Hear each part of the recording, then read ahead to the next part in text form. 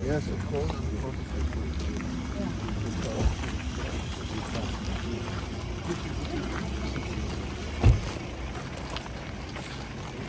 We met already Deputy Minister of Foreign Affairs.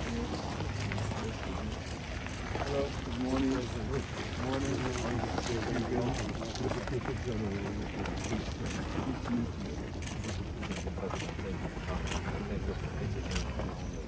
The mass burial of where the bodies of 116 civilians, including women and children, were found.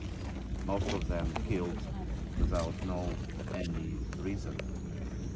And in these cities or towns near Kyiv, which years ago, but still surrounded by the neo-colonial ideology of Russia, who tried to tell us all the time what to do.